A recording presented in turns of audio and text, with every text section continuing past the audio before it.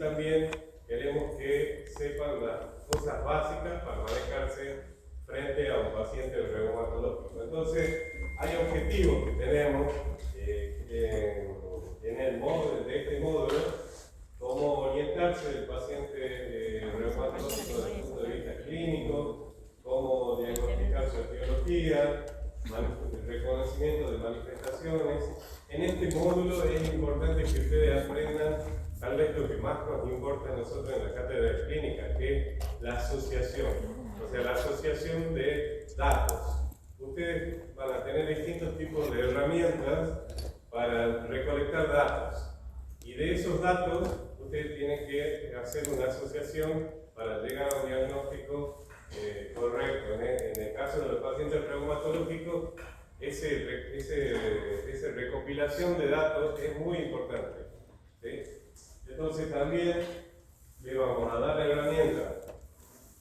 Hoy vamos a hablar un poquitito de un repaso de semiología, ¿sí? Para que ustedes tengan las herramientas principales que maneja el reumatólogo son la historia clínica, con el interrogatorio y el examen físico, y el uso de exámenes complementarios, sobre todo el laboratorio y radiología.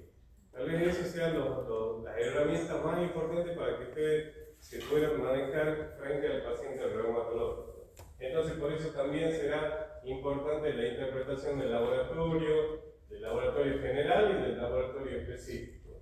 Y también de los métodos de imagen, como les decía, la radiología, también usamos la ecografía, también usamos resonancia magnética, también usamos tomografía computada, ¿sí? Y tal vez al final del módulo, y para el médico clínico, no sé, que no se va a dedicar a la reumatología, capaz que va a hacer oftalmología, pero es importante de que sepan básicamente diagnosticar entre las enfermedades reumáticas más comunes, como son la artrosis, como son la artritis, ¿sí? Porque es algo que al médico clínico siempre le va a tocar dilucidar, ¿sí? Y si no es como médico, como familiares, siempre le van a hacer consulta, porque la consulta reumatológica es una de las principales consultas dentro de la clínica médica, ¿sí? Entonces, diferencia entre artrosis y artritis, cómo se puede manejar los pacientes, y después ya enfermedades un poco más complejas, como son las colagenopatías, cuándo sospecharlas, cómo manejarlas, ¿sí? Todo eso vamos a tratar de brindarles en este módulo para que ustedes tengan todas las herramientas, ¿sí? Entonces comenzamos con esto de la reumatología. Y una primera pregunta que surge y que a ustedes les van a hacer, sus familiares, en el súper, en el almacén, donde sea, les van a preguntar: ¿qué es el reuma? O sea, yo tengo reuma, y mi tía tiene reuma, y mi sobrino tiene reuma. ¿Es todo lo mismo? ¿Saben lo que es el reuma? El reuma no existe, o sea, es un término que nosotros tenemos que tratar de erradicar, ¿sí? ¿Por qué tenemos que tratar de erradicar? Porque en la misma bolsa entran un montón de enfermedades reumáticas. Entonces, para el que te preguntes o te comentes: yo tengo reuma, vos tenés que explicarle que no existe el reuma, que existen enfermedades reumáticas. Entonces, no es lo mismo tener artrosis que tener artritis. Muchas veces, no le digo una vez al día, por lo menos por cada vez que me siento en el consultorio, a veces un paciente me llega y me dice: doctor, yo quiero que me dé la misma inyección que le da a doña Rosa, porque ella anda bien con eso, y tal vez ella tiene artritis y esta señora tiene osteoporosis. ¿Entienden? Entonces, es importante que este término, o sea, del reuma, vaya desapareciendo del lenguaje médico, ¿sí? Entonces, explicarle que existen enfermedades reumáticas. Entonces, como decía, empezamos con la primera herramienta que tenemos, y tal vez es la más importante, ¿sí? La historia clínica. En la historia clínica, cuando ustedes comienzan, saben que toman los datos de los pacientes. Y en reumatología son muy importantes, la edad, porque hay distintas edades a veces para distintas patologías. Entonces, por ejemplo, hay una patología que se llama fiebre reumática. La fiebre reumática es una enfermedad que afecta a niños y adolescentes. Entonces yo después de los 20 años yo ya no la pienso a la fiebre reumática. Igual a un paciente que es un niño, tal vez no voy a pensar que pueda tener una artrosis o que pueda tener un mieloma múltiple, ¿sí? O sea, porque hay patologías que se orienta uno también por la edad. O sea que tener en cuenta eso es importante. El sexo, ustedes saben que en reumatología las enfermedades reumáticas tienen distintas prevalencias. Entonces, por ejemplo, artrosis es una enfermedad que prevalece en los dos sexos, pero por ejemplo, artritis reumatoidea tiene una prevalencia en la mujer de 3 a 1, o un lupus tiene una prevalencia de 7, un 8 a 1, ¿sí? En la mujer con respecto al varón, y al revés, una espondilitis anquilosante es mucho más prevalente en varones, un 9 a 1, o en la gota también un 6 a 1. ¿Sí? Entonces, tener en cuenta, o sea, considerar el sexo dentro de los datos que yo voy recopilando es importante. La raza, tal vez porque, por ejemplo, te sirve para saber si podés pronosticar una enfermedad más severa, por ejemplo, el lupus en la población afroamericana o en la población mestiza, que seríamos nosotros. Es mucho más agresivo, ¿sí? Entonces nosotros tenemos generalmente cuadros más severos que los pacientes que son caucásicos, ¿sí? Y la ocupación, por supuesto, también tiene que ver, porque no es lo mismo para el uso de una articulación o para el deterioro, que uno, por ejemplo, trabaje en la construcción, que tenga que subir muchas escaleras, o sea un deportista de alta competición. Esos pacientes a veces deterioran sus articulaciones mucho más rápidamente y están expuestos a cuadros como de artrosis sin tener la edad, ¿sí? Sin tener la edad propia de los pacientes con artrosis, tienen, digamos, cuadros antes del tiempo, sería. Entonces,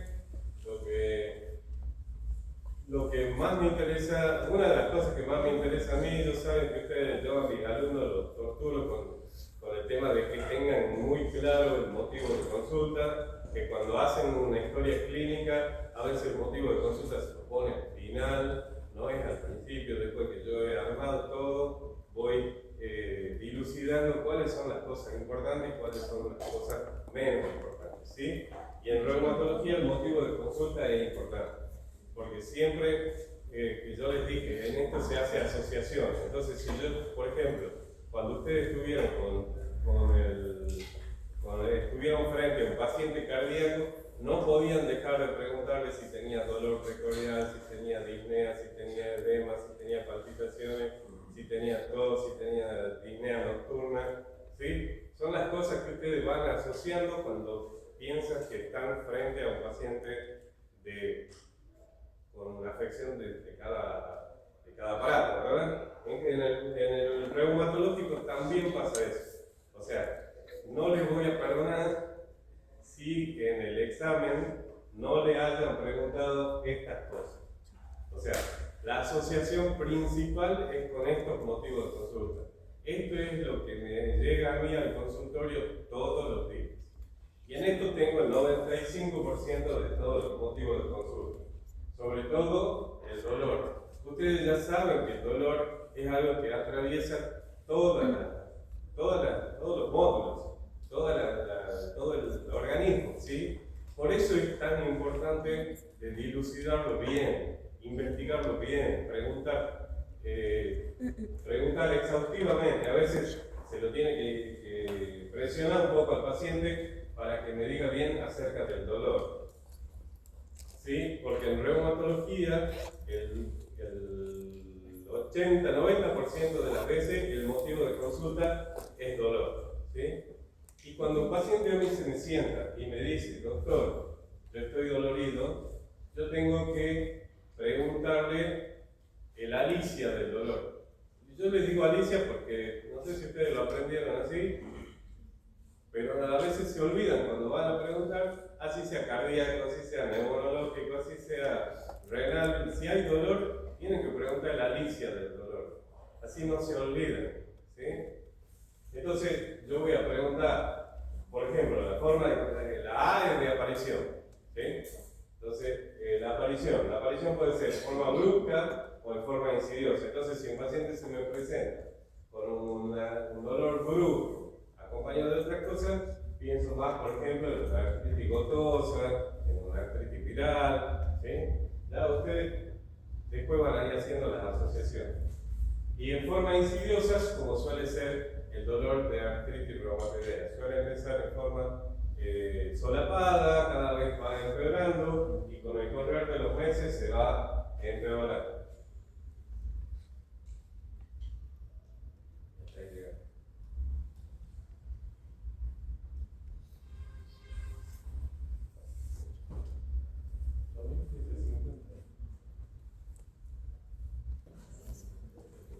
¿Sí? Entonces, otra de las cosas que nos interesa es la evolución, su carácter. O sea, la evolución es como si fue progresivo, si fue en forma de picos, si fue. Y el carácter. Porque básicamente yo tengo que diferenciar entre 4 tipos de dolor, ¿sí? El dolor de tipo inflamatorio, el dolor de tipo inflamatorio, el no inflamatorio, el neuropático y el vascular. Suelen estar los pacientes que consultan por dolor suelen estar dentro de esa gama de posibilidades, ¿sí? Entonces, el dolor inflamatorio, ya les voy a mostrar. ¿Ya lo tienen copiado eso? Bueno.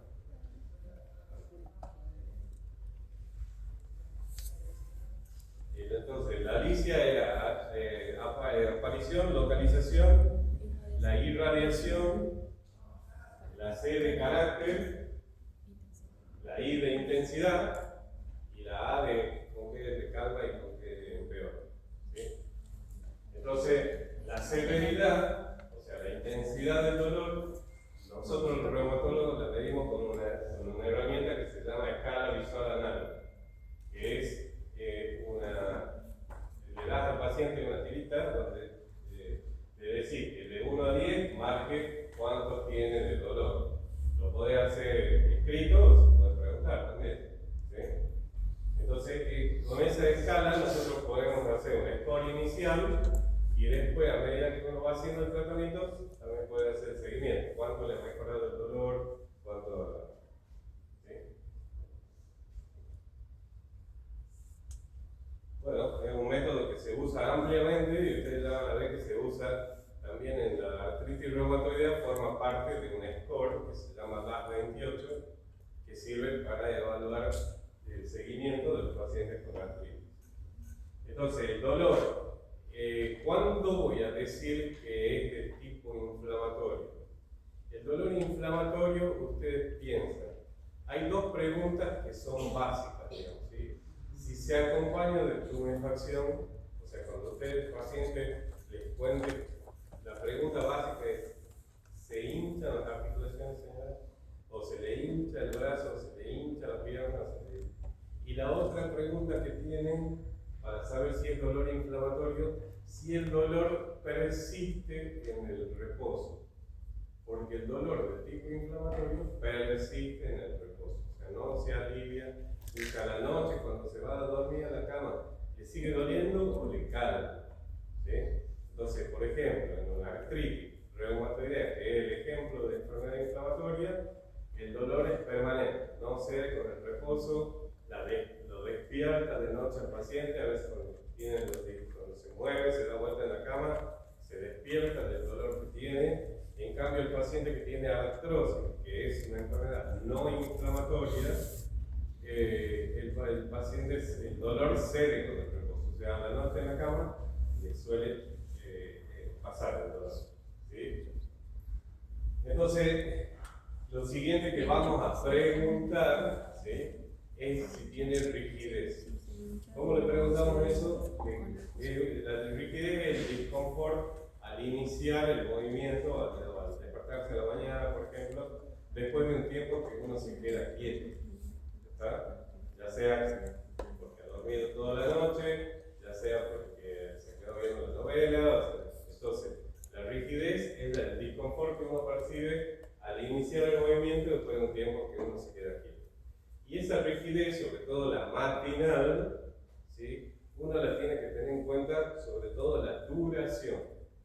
Entonces, ¿cuánto demora hasta que afloja? Me preguntan, ¿sí? Entonces ellos te van a decir, bueno, me voy al baño, me lavo la mano, me lavo la cara y ya no tengo la rigidez. El que tiene una enfermedad inflamatoria, la rigidez suele durar de 1 hora en adelante, más. A veces dice, estoy rígido hasta el mediodía, no me puedo mover, ¿sí? Y el que tiene una enfermedad no inflamatoria, como la artrosis, te dice, no, como les decía, va al baño y ya se les pasa. O sea, es menos de media hora la rigidez de una enfermedad no inflamatoria. Y más de 1 hora de la inflamatoria. Y en el medio es gris. Porque en medicina, ustedes ya se van a dar cuenta, ya se deben haber dado cuenta que la mayoría de las veces no es ni blanco ni negro, sino que es gris. ¿Verdad? Entonces, por eso, como yo les vuelvo a repetir, que la asociación de datos es lo que lleva que su cabeza funcione, es lo que lleva a los diagnósticos correctos. Después, con respecto a la tumefacción, bueno, eso es lo que les decía recién. La duración menos de media hora, como por ejemplo el artrosis, y más de 1 hora, como el artritis. Lo próximo que tenemos que preguntar, si no nos ha contado, le tenemos que preguntar, es si tiene debilidad muscular. ¿Sí? ¿Y cómo le preguntamos si tiene debilidad muscular? Porque a veces lo relacionan con el dolor. O sea, usted puede levantarse sola de la cama y no, porque me duele mucho. Entonces lo interpretan a veces como que debilidad muscular. Entonces hay que preguntar si puede subir una escalera, si puede sostener un objeto, si es pesado, si puede sacar objetos de la alacena, ¿sí? Entonces ahí la debilidad muscular. ¿Y por qué nos interesa a nosotros la debilidad muscular? Porque hay 2 clases de debilidades. Una que se llama proximal y otra que se llama distal. Entonces, en reumatología, nosotros prestamos más atención a la debilidad muscular proximal. ¿A qué se refiere la proximal? Los músculos de cintura escapular y de cintura pelviana. ¿Cómo le preguntamos? Puede tender la ropa, puede subir una escalera, puede levantarse sola de la cama, se puede levantar sola del inodoro, ¿sí? Entonces, aunque ustedes no crean, hay pacientes que tienen enfermedades debilitantes que no pueden hacer toda esa actividad. ¿Sí? Entonces, como les decía, distribución proximal y distal, un poco la duración es durante el día. ¿Ves? Este paciente, a ver si alguien está despierto y me dice que tiene insuficiencia. Este tenía debilidad muscular. ¿Y qué más podía tener? ¿Qué más le notan? A ver si son clínicos, avesados.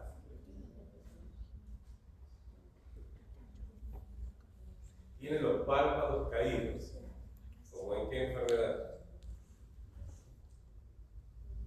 Como la miastenia gravis.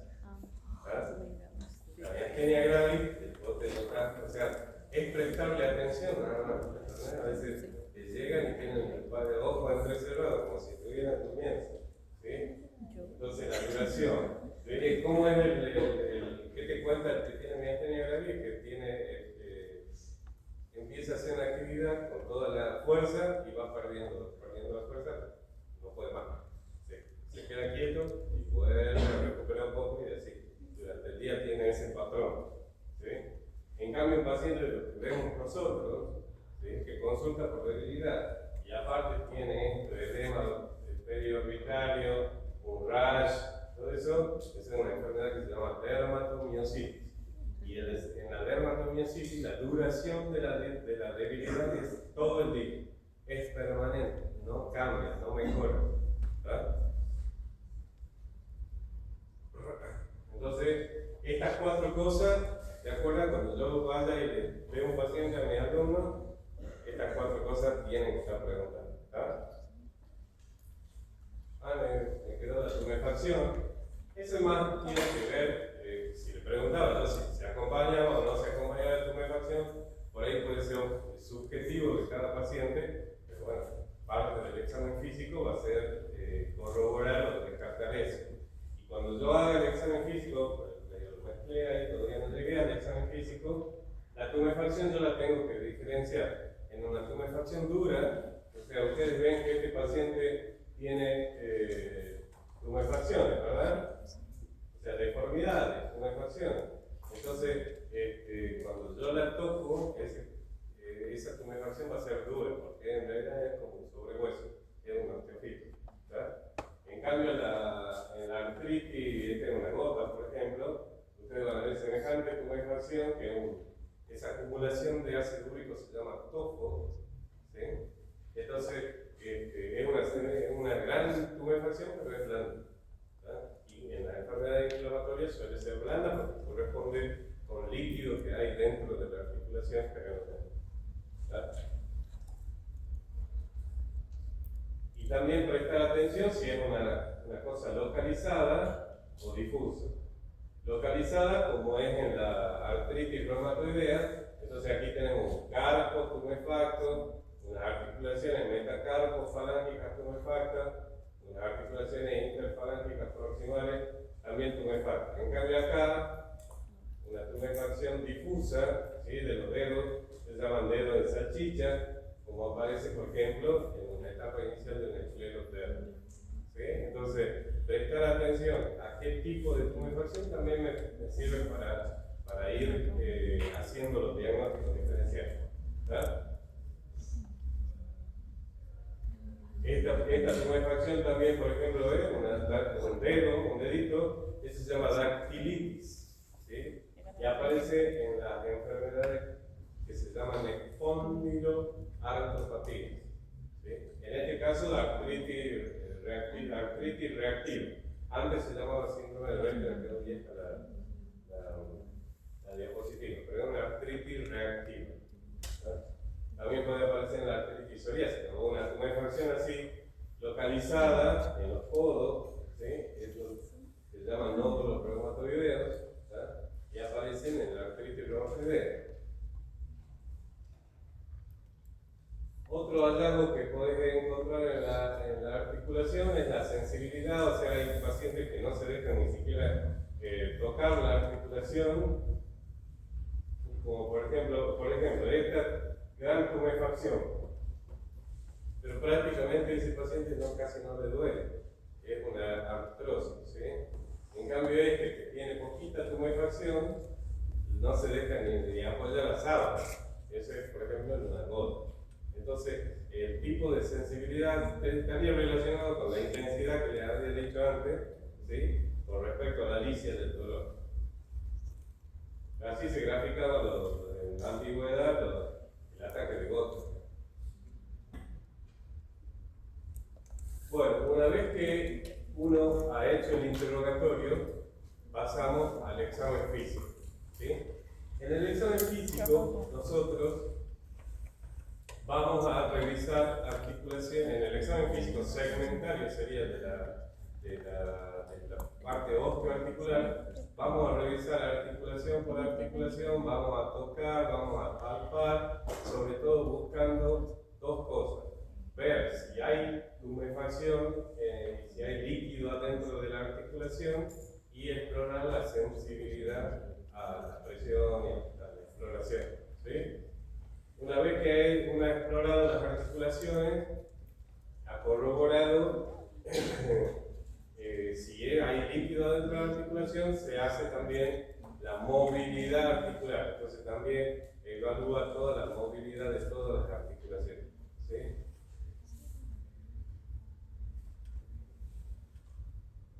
Entonces puede encontrar crepitación, que son crujidos articulares, suele estar más relacionado con una enfermedad que se llama artrosis, ¿sí? O deformidades. A veces hay pacientes que te consultan directamente por la deformidad. Por ejemplo, esta paciente consulta por una deformidad. Ustedes notan que las manos tienen una subluxación hacia el cubital de todos los dedos. Eso se llama mano en ráfaga. ¿Se acuerdan de semiología eso? Los dedos en ráfaga, como aparece en la artritis reumatoidea. O esta paciente que tiene deformidad en las interfalángicas proximales, ¿sí? Y en las interfalángicas proximales son estas, y estas son distales. Estos se llaman nódulos de Everden, como se dan en la artrosis, y estos se llaman nódulos de Bouchard, ¿sí? Entonces, el tipo de deformidad también a mí me orienta hacia qué enfermedad puede estar presente. O esta deformidad que se llama dedo en butoniano, en donde hay una hiperflexión de la interfalángica proximal y una extensión de la interfalángica distal. ¿Sí? Dedo en butonier, y esto que se llama cuello de cisne. No sé si lo han visto alguna vez en semiología, pero así se presentan los pacientes que tienen dedos en cuello de cisne. Es al revés, digamos. Hiperextensión de la interfalángica proximal y flexión de la interfalángica distal. Y de acuerdo al tipo de deformación también, eso me sirve, por ejemplo, esta deformación es típica de la artrosis, con nódulos de Bouchard y nódulos de Everden, y estos dedos en ráfaga pueden aparecer en la artritis reumatoidea, este también puede ser la artritis reumatoidea, y esto también, esto más por ahí relacionado con lupus, ¿sí? Muy bien. Otras manifestaciones que se pueden encontrar cuando yo estoy revisando las articulaciones son el rubor, el calor y los ruidos articulares. Tiene que ver con los procesos inflamatorios, ¿verdad? Porque les dije que al final del día, a mí no me interesa que ustedes al final del interrogatorio y de su examen físico, me interesa que ustedes interpreten como si este paciente es inflamatorio o no es inflamatorio. Estaría feliz yo de que ustedes pudieran, después de usar estas herramientas, poder llegar a esa conclusión. Entonces, ¿qué pasa si yo me dice que tiene un dolor de tipo inflamatorio, que la rigidez le dura más de una hora, que tiene una debilidad muscular o que tiene tumefación articular, y yo voy a tocar y toco y las articulaciones están tumefactas y esa tumefacción es blanda? Entonces estoy ante la artritis, ¿verdad? Entonces yo ya sé que tiene artritis, no sé qué apellido tiene esa artritis, pero yo ya sé que tiene la artritis, ¿verdad? Entonces no necesito ningún otro método en mi cabeza y mis manos para decir este paciente tiene artritis. Después veré cuál es el apellido, pero lo primero que tengo que, cuando yo diagnostico artritis, pasa lo siguiente. Tengo que determinar esto, ¿sí? ¿Es una articulación la que está inflamada? ¿Son hasta 4 o son más de 4? Entonces ahí yo voy a catalogar a los pacientes. Esto lo tienen que hacer ustedes, el ejercicio que ustedes tienen que hacer. Voy a catalogar a estos pacientes en monoartritis, oligoartritis o poliartritis. Y es importante porque a la hora de tratar de poner el apellido es muy importante, porque hay algunas enfermedades que dan monoartritis, otras que dan oligoartritis y otras que dan poliartritis. Y como las artritis en general son como 100, entonces es mejor que nos vayamos, digamos, dividiendo o ordenándonos para el estudio de estos pacientes. Entonces, lo principal es dividir mono, oligo o poliartritis, ¿verdad? ¿Qué pasa siguiente? Mira, todas las que son monoartritis, ¿verdad? Entonces, todas estas. Pero hay algunas que son más frecuentes, ¿sí? Ustedes van a ver que las de cristales, la de urato, o sea, la gota, la infecciosa puede ser bacteriana y virales, y en las enfermedades sistémicas, por ejemplo, la artritis juvenil. ¿Está? Y esto es algo que también, cuando antes dábamos una clase directa entera de monoartritis, se tenían que quedar con esto, ¿verdad? O sea, para la vida diaria. día, para cuando ustedes sean médicos, para cuando esto es muy importante. Entonces, sospechar artritis séptica en todo paciente con monoartritis aguda, aún en ausencia de fiebre. Quiere decir que toda monoartritis es infecciosa hasta que se demuestre lo contrario. ¿Cómo demuestro lo contrario? Sacando líquido y mandándolo a cultivar. ¿Está? O sea, ¿saben por qué les recalco eso? Porque muchas veces los pacientes con monoartritis llegan a la guardia y no le hacen eso. ¿Está? Y se pierde un tiempo y se pierde, y le empiezan a dar, si está coloradita ya le dan un antibiótico, entonces se pierde, se desconfigura todo el diagnóstico. ¿Está? Entonces, por eso ustedes quédense con eso. Si hay un paciente con una monoartritis, hay que sacar ese líquido y mandarlo a cultivar. ¿Ah? Después ya me quedo tranquilo, después puedo hacer todo lo que otras cosas que ustedes quieren. ¿Ah? ¿Por qué? Porque la artritis infecciosa es la artritis más severa. En un mes te puede dejar sin rodilla, sin tobillo, sin... Imagínate quedar incapacitado para el resto de tu vida. ¿Ah? Entonces, la artritis infecciosa es importante diagnosticarla a tiempo. ¿Ah? Digamos.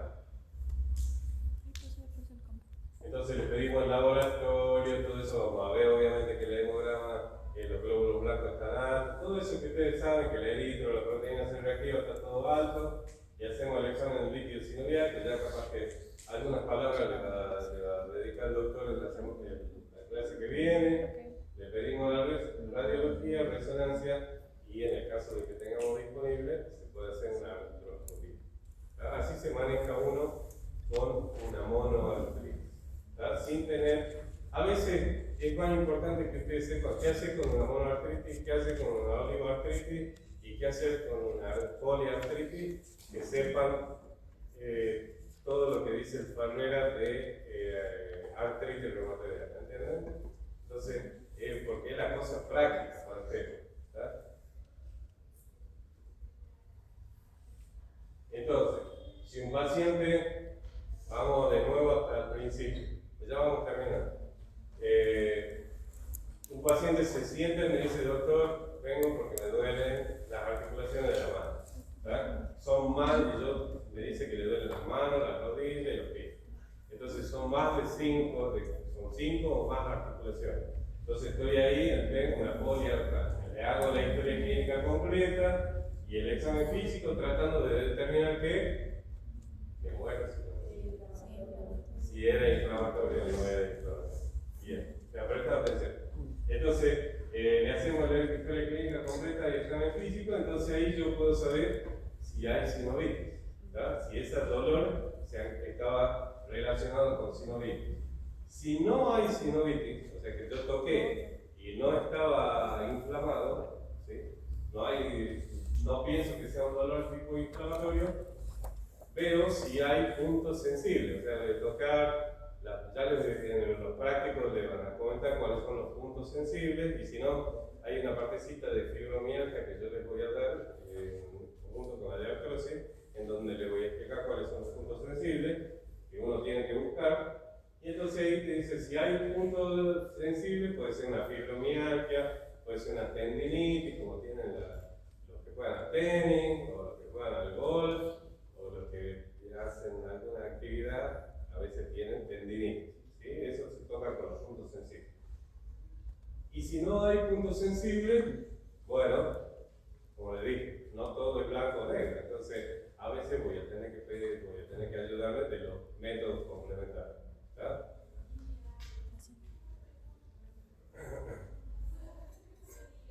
Ahora, ¿qué pasa si sí encuentro la sinovitis? ¿Está? Ya dijimos que era poliarticular, ¿no? Ya descartemos los monoarticulares que ya hablamos. ¿Está? Si era poliarticular y los síntomas están más de 6 semanas, ¿sí? Ahí ya empiezo a pensar en una enfermedad reumática, ya en cualquier clase de las artritis. Llámese artritis reumatoidea, llámese lupus, llámese esclerodermia, llámese enfermedad mixta del tejido conectivo, ¿sí? Cualquiera de esas enfermedades ya empiezo a pensar cuando el tiempo de evolución es mayor de 6 semanas. incluso hay criterios, o sea, tengo para diagnosticar, cuando se sienta un paciente, por más que venga con todos los análisis positivos, yo le digo, mire, hay un tiempo que hay que dar, que son 6 semanas. ¿Por qué 6 semanas se les ocurre a ustedes? A algunos se les ocurre, ¿por qué? Porque hay artritis virales que son transitorias. Cuando yo diagnostico una artritis reumatoidea, también le estoy diciendo a ese paciente que tiene una enfermedad crónica, incurable, potencialmente discapacitante y que requiere tratamiento farmacológico tal vez el resto de su vida. Entonces una carga no es simple de decir, ¿verdad? Es una carga medio pesada para la mayoría de la gente. La mayoría de la gente que vos le decís eso, por supuesto hay que ver cómo se lo decís, porque sale llorando el consultor. ¿Me entendés? Imagínate que tenés que empezar a tomar medicación para el resto de tu vida. ¿Verdad? Entonces, por eso tenemos un tiempo de espera. ¿Verdad? Un tiempo de espera prudencial para decir con seguridad usted tiene artritis reumatoidea. ¿Por qué se lo digo? Pues ya la vez cuando existe análisis como por ejemplo el factor reumatoideo, que capaz que te duele hace 2 días, va al médico, te pide el factor reumatoideo y te sale positivo. ¿Qué le decís? Tiene artritis reumatoidea para el resto de tu vida. Entonces hay que tener un tiempo prudencial, ¿verdad? Entonces, porque si no dura, si es menos de 6 semanas, uno puede considerar que puede tratarse de una artritis viral o que sea una enfermedad reumática precoz.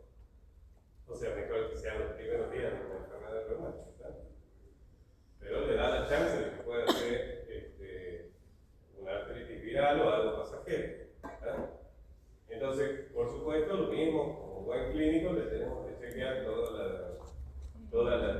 los estudios, hacer todos los exámenes complementarios que se requieren.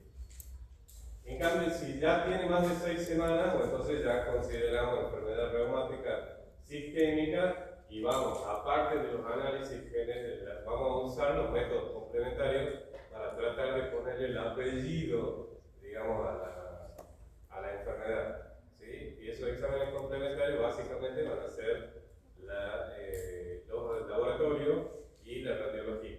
¿Verdad? En la próxima clase vamos a hablar de esas 2 herramientas, del laboratorio y la radiología. Para que ustedes, cuando se vayan a presentar frente a un paciente reumático, tengan la herramienta. Esta herramienta que hemos recordado ahora, del interrogatorio, del examen físico y las herramientas complementarias. ¿Sí? Para complicar un poquito más, en reumatología, como le digo, tratamos de sacar datos de todos lados. ¿Sí? Entonces, en las enfermedades reumáticas, sobre todo las inflamatorias, a veces hay datos que sacamos de la historia clínica y que si no los preguntamos, el paciente no nos los va a contar. ¿Verdad? Entonces, por eso existen estas que se llaman manifestaciones extraarticulares de enfermedades reumáticas. Entonces uno las tiene que preguntar, las tiene que ir a buscar. Y hay 2 aparatos que son muy sensibles para presentar alteraciones junto con las articulaciones, y son el ojo y la piel. ¿Verdad? Entonces, cuando yo vaya, me siente, así como en el enfermo reumático, cuando ustedes tienen enfermedad actual, antecedentes de enfermedad actual, antecedentes personales, yo ahí le agrego estas manifestaciones extraarticulares, que yo se las pregunto, porque si no, no me las van a decir. ¿Y cuáles son las manifestaciones articulares principales? Que no tengo aquí para escribir lamentablemente, así que copien. Sería, con respecto al ojo, la más común se llama ojo seco. O sea, pero yo no le puedo preguntar, señora, ¿usted tiene el ojo seco? No, sí. Ellos le preguntas una sensación de basurita dentro del ojo. ¿Usted tiene la sensación esa de basurita dentro del ojo? O sea, no tiene nada que ver con que he venido porque me duele la mano. Pero si yo no le he preguntado, no me va a contar. ¿Me entienden? Entonces, sensaciones, seroftalmía se llama eso. Con X, seroftalmía. Otra cosa que tengo que preguntar es si tienen serostomía, que es la boca seca. También, si le seca la boca, todo te va a decir que sí. Entonces, la pregunta correcta es, ¿pueden comer una galleta sin tomar agua? El que tiene un síndrome de Sjögren, se llama el que produce el ojo seco, y la boca seca, no puede hacer pasar el alimento, porque no tiene saliva. Entonces, se le queda pegado en el paladar. ¿Tá? Con respecto a la piel, presenta manchas en la piel.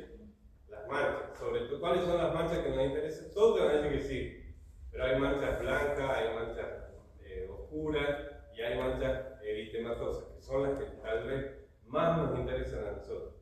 ¿Dónde están localizadas? ¿Cuándo aparecieron? ¿Sí? Entonces, no le puedo decir, señor, ¿usted tiene lesiones eritematosas? No. Entonces, manchas en la piel, ¿qué tipo de mancha? ¿A dónde se le pone?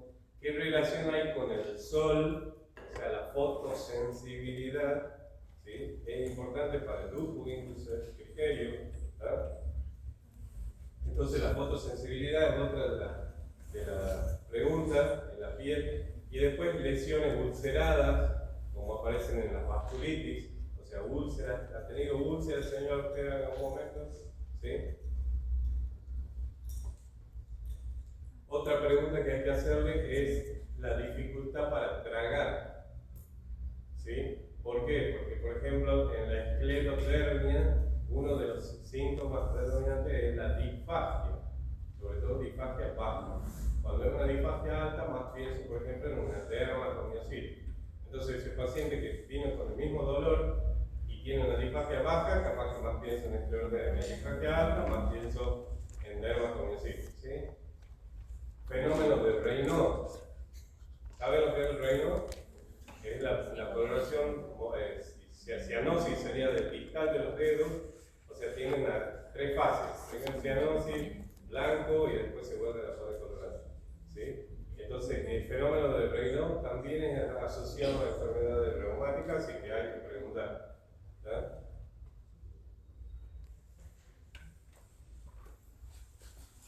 Bueno, ya me voy acordando de la otra.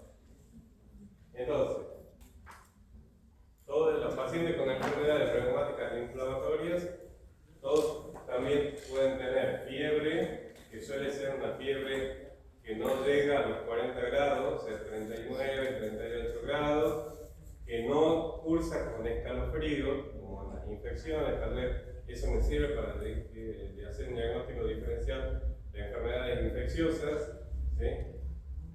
Y que suele ser permanente, tal vez no están en picos y subidas y bajadas. ¿Verdad? La astenia, la anorexia, la pérdida de peso, también acompañan a las enfermedades, sobre todo cuando uno está activo en la enfermedad. Ustedes van a ver que los pacientes con lupus, muchos han perdido peso, están caquéticos algunos. ¿Sí? Entonces, manifestaciones generales hay que tener en cuenta. Y como les decía, aquí les doy un pantallazo de la piel. Entonces, el paciente que viene y se le presenta al consultorio porque le duelen las articulaciones, ya no te va a decir nada de por qué está así la piel. ¿No entendés? No te va a consultar a vos. Yo soy el reumatólogo, no va a consultar a mi clínico, que se lo hace pícaro, entonces sí la va a ver. Entonces, van a ver lesiones eritematosas en alas de mariposa. ¿Te acuerdas de eso cuando se vio? Sí. En alas de mariposa con los surcos nasogenianos y nasolabial respetados, ese es un lupus que se demuestra. ¿Ah? Y esta paciente también, otras lesiones parecidas, ¿ves? Tiene el eritema malar, los surcos respetados, ¿sí? Entonces, tanto del examen físico como del interrogatorio también te puede llegar a, si uno se va y las busca, estas manifestaciones también, estas lesiones eritematosas, como les decía, son más las que nos interesan a nosotros. Esta es una dermatomiositis, con un eritema en vez del cuello de la... O esta paciente que ingresa también, que consulta, y ustedes van a ver, van a prestar atención después que los labios, casi no tienen labios, se le han afinado los labios, la nariz se le ha hecho más afinada también, ha perdido los pliegues de la cara, entonces ¿qué tiene? Una esclerodermia. Es como esto, no es tan difícil, digamos, lo rebajo lo tiene.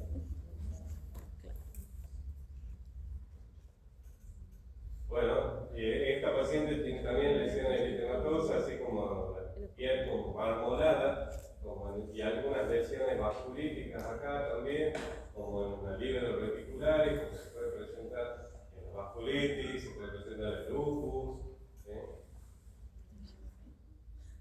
Otras lesiones eritematosas que también se pueden ver más puntiforme, más como petequia, tal vez alguna úlcera. Sí, la vasculitis leucocitoplástica pueden acompañar cualquiera de las enfermedades reumáticas y también ser parte del cuadro, ¿sí? A tener en cuenta. Otras libros reticulares, como les he mostrado recién, también aparece la libro reticular y esta en el síndrome antifosfolípido. Eso también es importante tenerlo en la cabeza, porque a veces eso no es frecuente de tenerlo. O una paciente que, por ejemplo, se presenta con esta queratodermia blenorrágica, se llama, o sea, lesiones en las plantas de los pies, como se presenta en las artritis reactivas. Ella se va a consultar por una oligoartritis de tobillo y de una rodilla. Y si vos no le miraste los pies, te perdiste esa parte. ¿Sí? Ella tal vez no te lo va a mostrar. ¿No? Todo es con piel. Esto tal vez es algo que ustedes hayan visto o hayan tenido. Se llama eritema nodoso. ¿Sí? Son como nódulos dolorosos que aparecen en miembros inferiores y que a veces están relacionados con algunas infecciones estreptocóxicas, pero también tengan en cuenta que pueden aparecer en las enfermedades reumáticas como el lupus, como alguna vasculitis. Esta es una enfermedad de Behçet, es una clase de vasculitis.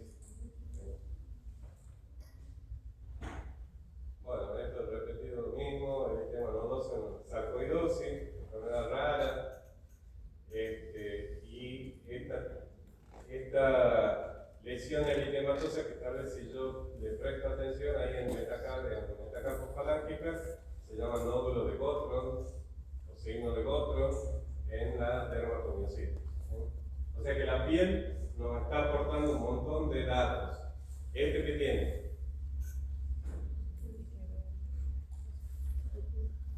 ¿Qué es eso? ¿Quién la describe?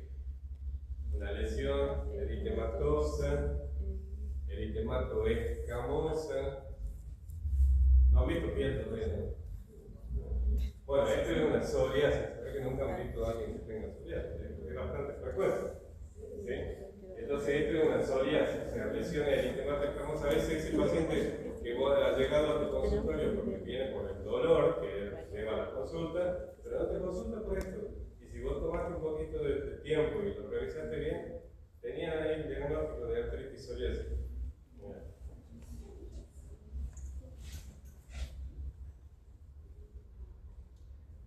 O sea, ven la piel también, en todo esto es psoriasis y también hay que prestar atención a las uñas, todo eso porque nos ayuda a hacer diagnóstico. O sea, ustedes acuérdense, el paciente reumático hay que preguntar, ver la piel y ver los ojos. ¿Tá? Esta es una atrofia ahí en la lesión, ¿cómo se llama? En la última falange, ¿sí? Hay atrofia, incluso ahí ven una lesión como ulcerada en la última falange, eso aparece en la esclerodermia. ¿Tá? Bueno, ya estoy mucho con la piel, me parece. Bueno, todo eso es lesiones onicolíticas de la sí puede tener un paciente con psoriasis, ¿no?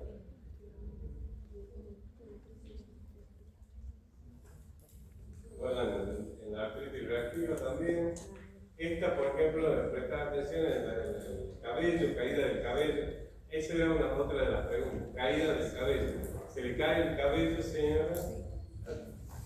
Si ya le pregunto, al 90% de aquí me dice que sí.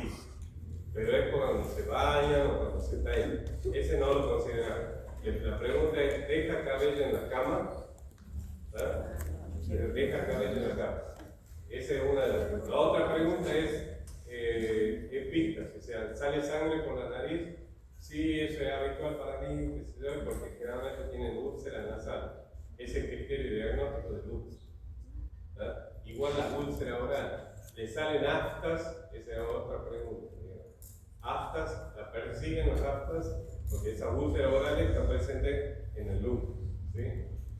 Esta alopecia difusa es propia, no es propia, digamos, puede ser un paciente hipotiroideo también tiene alopecia, pero es un dato que me sirve a mí para confirmar el diagnóstico del lupus. O una alopecia areata, todo esto pueden aparecer en el lupus. Las úlceras orales que les decía recién.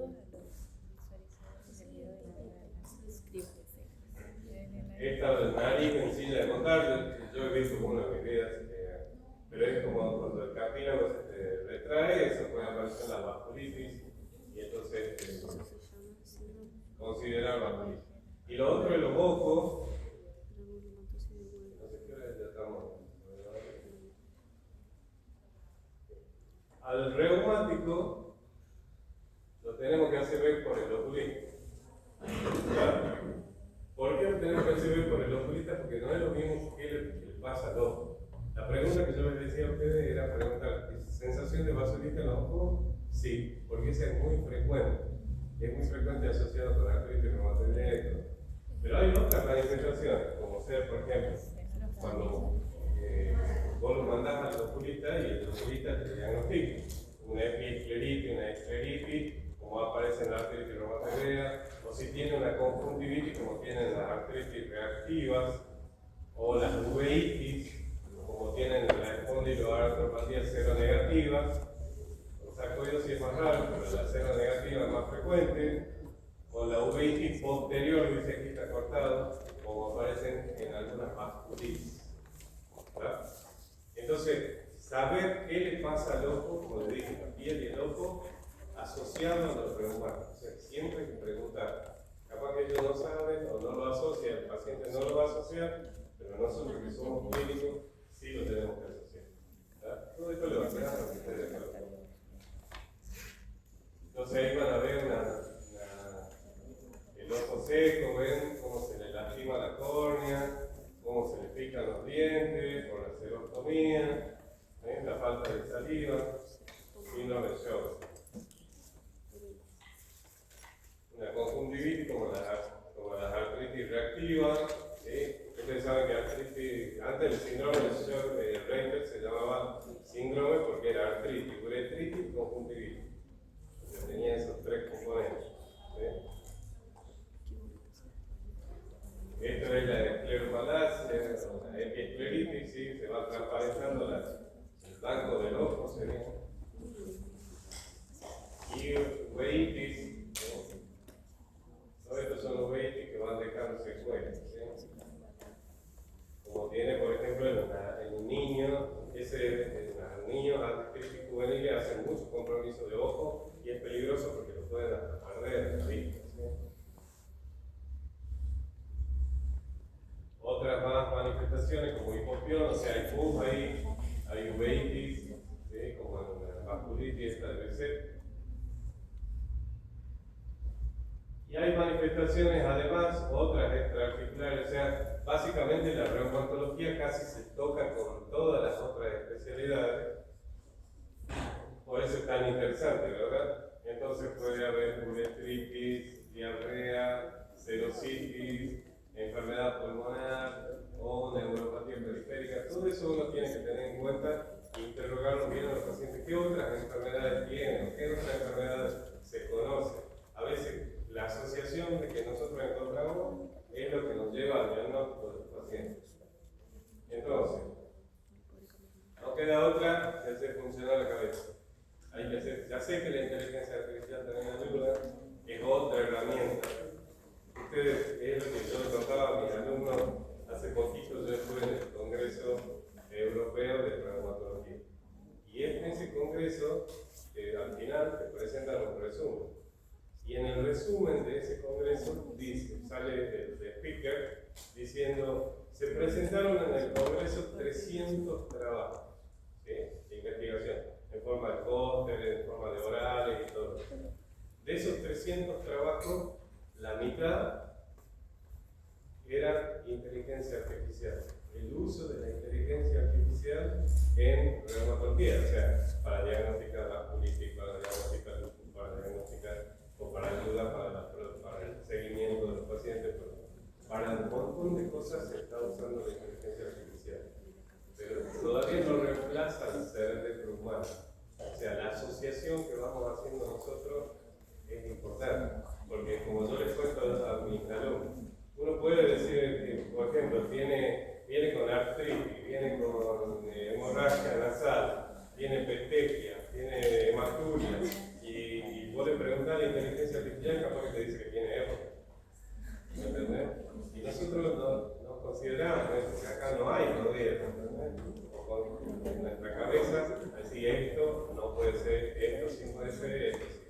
O por esto, puede ser tal cosa, ¿sí? Así que el razonamiento de ustedes, o sea, el uso de su cabeza es todavía fundamental. ¿No? La inteligencia artificial es una herramienta